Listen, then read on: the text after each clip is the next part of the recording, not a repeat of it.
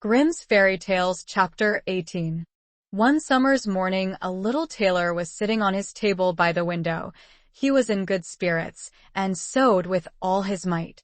Then came a peasant woman down the street crying, "Good jams, cheap. Good jams, cheap." This rang pleasantly in the tailor's ears.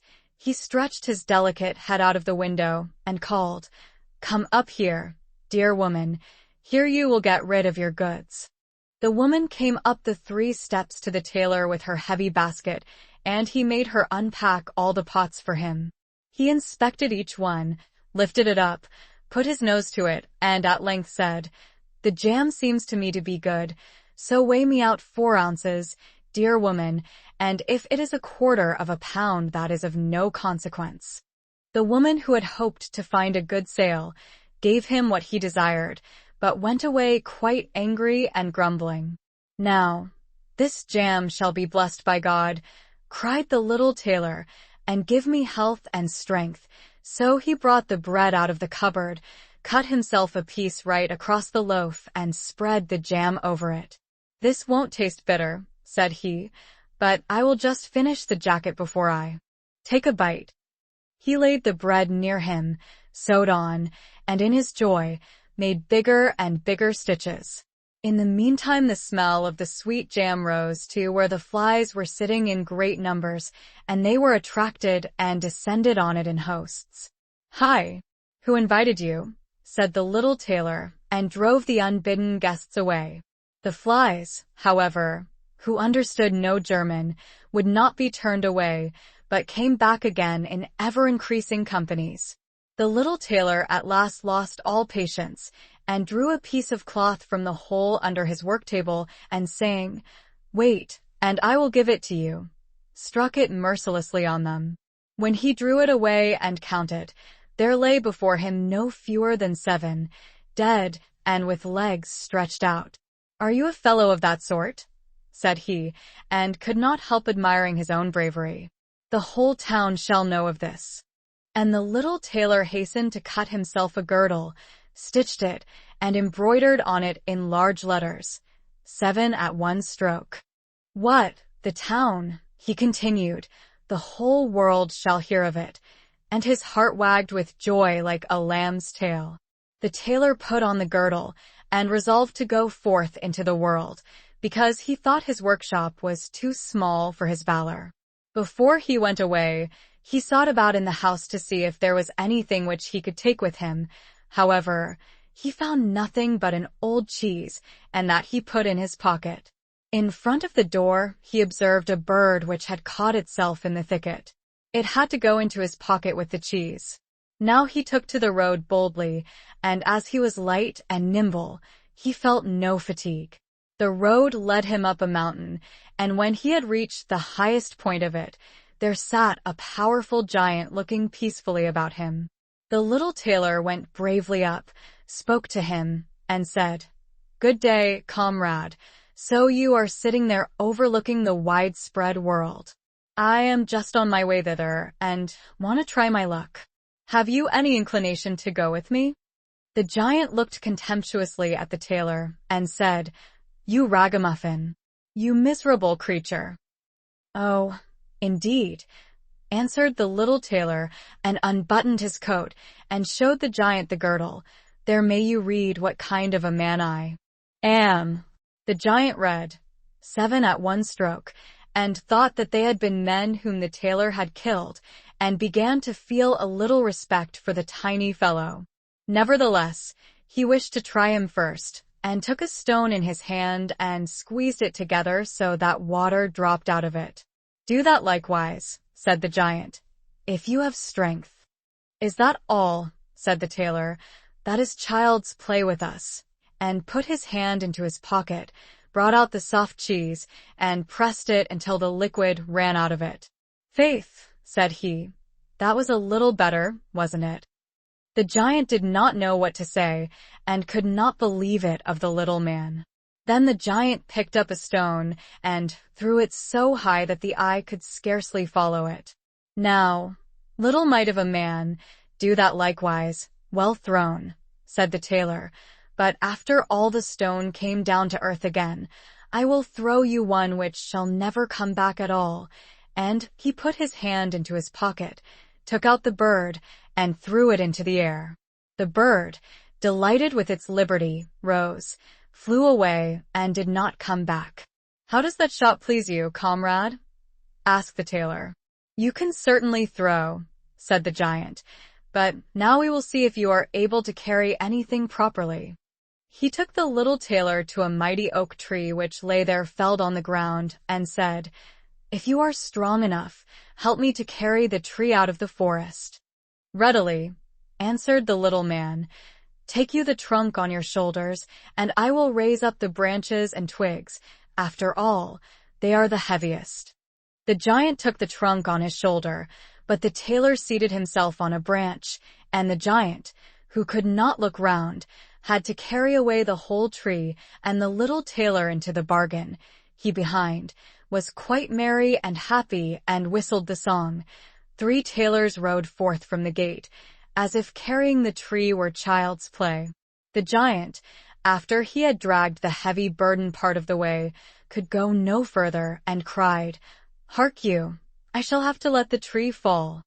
The tailor sprang nimbly down, seized the tree with both arms as if he had been carrying it, and said to the giant, "You are such a great fellow, and yet cannot even carry the tree." They went on together, and as they passed a cherry tree, the giant laid hold of the top of the tree where the ripest fruit was hanging, bent it down, gave it into the tailor's hand, and bade him eat. But the little tailor was much too weak to hold the tree, and when the giant let it go, it sprang back again, and the tailor was tossed into the air with it. When he had fallen down again without injury, the giant said, "What is this? Have you not strength enough to hold the weak twig?" "There is no lack of strength," answered the little tailor. "Do you think that could be anything to a man who has struck down 7 at one blow? I leapt over the tree because the huntsmen are shooting down there in the thicket. Jump as I did, if you can do it." The giant made the attempt, but he could not get over the tree, and remained hanging in the branches, so that in this also the tailor kept the upper hand. The giant said, "If you are such a valiant fellow, come with me into our cavern and spend the night with us." The little tailor was willing and followed him. When they went into the cave, other giants were sitting there by the fire, and each of them had a roasted sheep in his hand and was eating it. The little tailor looked round and thought, "Is much more spacious here than in my workshop." The giant showed him a bed, and said he was to lie down in it and sleep. The bed, however, was too big for the little tailor. He did not lie down in it, but crept into a corner. When it was midnight, and the giant thought that the little tailor was lying in a sound sleep, he got up, took a great iron bar, cut through the bed with one blow, and thought he had finished off the grasshopper for good. With the earliest dawn the giants went into the forest, and had quite forgotten the little tailor, when all at once he walked up to them quite merrily and boldly. The giants were terrified. They were afraid that he would strike them all dead, and ran away in a great hurry. The little tailor went onwards, always following his own pointed nose. After he had walked for a long time, he came to the courtyard of a royal palace, and as he felt weary, he lay down on the grass and fell asleep. Whilst he lay there, the people came and inspected him on all sides, and read on his girdle, 7 at one stroke. "Ah," said they, "what does the great warrior want here in the midst of peace? He must be a mighty lord." They went and announced him to the king, and gave it as their opinion that if war should break out, this would be a weighty and useful man who ought on no account to be allowed to depart. The counsel pleased the king, and he sent one of his courtiers to the little tailor to offer him military service when he awoke. The ambassador remained standing by the sleeper, waited until he stretched his limbs and opened his eyes, and then conveyed to him this proposal. "For this very reason have I come here," the tailor replied. "I am ready to enter the king's service." He was therefore honorably received, and a special dwelling was assigned him. The soldiers, however, were set against the little tailor and wished him 1,000 miles away. "What is to be the end of this?" they said among themselves. "If we quarrel with him, and he strikes about him, 7 of us will fall at every blow. Not one of us can stand against him." They came therefore to a decision, betook themselves in a body to the king, and begged for their dismissal. "We are not prepared," said they, "to stay with a man who kills 7 at one stroke." The king was sorry that for the sake of one he should lose all his faithful servants, wished that he had never set eyes on the tailor, and would willingly have been rid of him again. But he did not venture to give him his dismissal, for he dreaded lest he should strike him and all his people dead, and place himself on the royal throne. He thought about it for a long time, and at last found good counsel. He sent to the little tailor and caused him to be informed that as he was a great warrior, he had one request to make to him. In a forest of his country lived 2 giants, who caused great mischief with their robbing, murdering, ravaging, and burning, and no one could approach them without putting himself in danger of death. If the tailor conquered and killed these 2 giants, he would give him his only daughter to wife, and half of his kingdom as a dowry. Likewise 100 horsemen should go with him to assist him. "That would indeed be a fine thing for a man like me," thought the little tailor. "One is not offered a beautiful princess and half a kingdom every day of one's life." "Oh, yes," he replied, "I will soon subdue the giants, and do not require the help of the 100 horsemen to do it. He who can hit 7 with one blow has no need to be afraid of 2. The little tailor went forth, and the 100 horsemen followed him.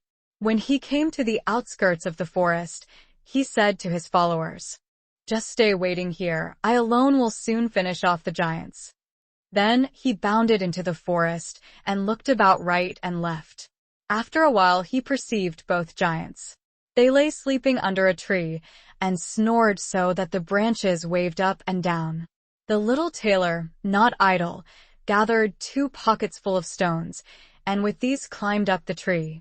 When he was halfway up, he slipped down by a branch until he sat just above the sleepers, and then let one stone after another fall on the breast of one of the giants. For a long time the giant felt nothing, but at last he awoke, pushed his comrade, and said, "Why are you knocking me?" "You must be dreaming," said the other. "I am not knocking you." They laid themselves down to sleep again, and then the tailor threw a stone down on the second. "What is the meaning of this?" cried the other. "Why are you pelting me?" "I am not pelting you," answered the first, growling. They disputed about it for a time, but as they were weary they let the matter rest, and their eyes closed once more. The little tailor began his game again, picked out the biggest stone, and threw it with all his might on the breast of the first giant. "That is too bad," cried he, and sprang up like a madman, and pushed his companion against the tree until it shook. The other paid him back in the same coin, and they got into such a rage that they tore up trees and belabored each other so long, that at last they both fell down dead on the ground at the same time. Then the little tailor leapt down. "It is a lucky thing," said he, "that they did not tear up the tree on which I was sitting, or I should have had to sprint onto another like a squirrel, but we tailors are nimble." He drew out his sword and gave each of them a couple of thrusts in the breast, and then went out to the horsemen and said, "The work is done. I have finished both of them off, but it was hard work. They tore up trees in their sore need, and defended themselves with them, but all that is to no purpose when a man like myself comes, who can kill 7 at one blow." "But are you not wounded?" asked the horseman. "You need not concern yourself about that," answered the tailor. "They have not bent one hair of mine." The horsemen would not believe him, and rode into the forest. There they found the giants swimming in their blood, and all round about lay the torn-up trees. The little tailor demanded of the king the promised reward. He, however, repented of his promise, and again bethought himself how he could get rid of the hero. "Before you receive my daughter and the half of my kingdom," said he to him, "you must perform one more heroic deed. In the forest roams a unicorn which does great harm, and you must catch it first. I fear one unicorn still less than 2 giants. 7 at one blow is my kind of affair." He took a rope and an axe with him, went forth into the forest, and again bade those who were sent with him to wait outside. He had not long to seek. The unicorn soon came towards him and rushed directly on the tailor, as if it would gore him with its horn without more ado. "Softly, softly, it can't be done as quickly as that," said he, and stood still and waited until the animal was quite close, and then sprang nimbly behind the tree. The unicorn ran against the tree with all its strength, and stuck its horns so fast in the trunk that it had not the strength enough to draw it out again, and thus it was caught. "Now I have got the bird," said the tailor, and came out from behind the tree and put the rope round its neck, and then with his axe he hewed the horn out of the tree, and when all was ready, he led the beast away and took it to the king. The king still would not give him the promised reward, and made a third demand. Before the wedding, the tailor was to catch him a wild boar that made great havoc in the forest, and the huntsmen should give him their help. "Willingly," said the tailor, "that is child's play." He did not take the huntsmen with him into the forest, and they were well pleased that he did not, for the wild boar had several times received them in such a manner that they had no inclination to lie in wait for him. When the boar perceived the tailor, it ran on him with foaming mouth and whetted tusks, and was about to throw him to the ground, but the hero fled and sprang into a chapel which was near and up to the window at once, and in one bound out again. The boar ran after him, but the tailor ran round outside and shut the door behind it, and then the raging beast, which was much too heavy and awkward to leap out of the window, was caught. The little tailor called the huntsmen thither, that they might see the prisoner with their own eyes. The hero, however, went to the king, who was now, whether he liked it or not, obliged to keep his promise, and gave his daughter and the half of his kingdom. Had he known that it was no warlike hero, but a little tailor who was standing before him, it would have gone to his heart still more than it did. The wedding was held with great magnificence and small joy, and out of a tailor a king was made.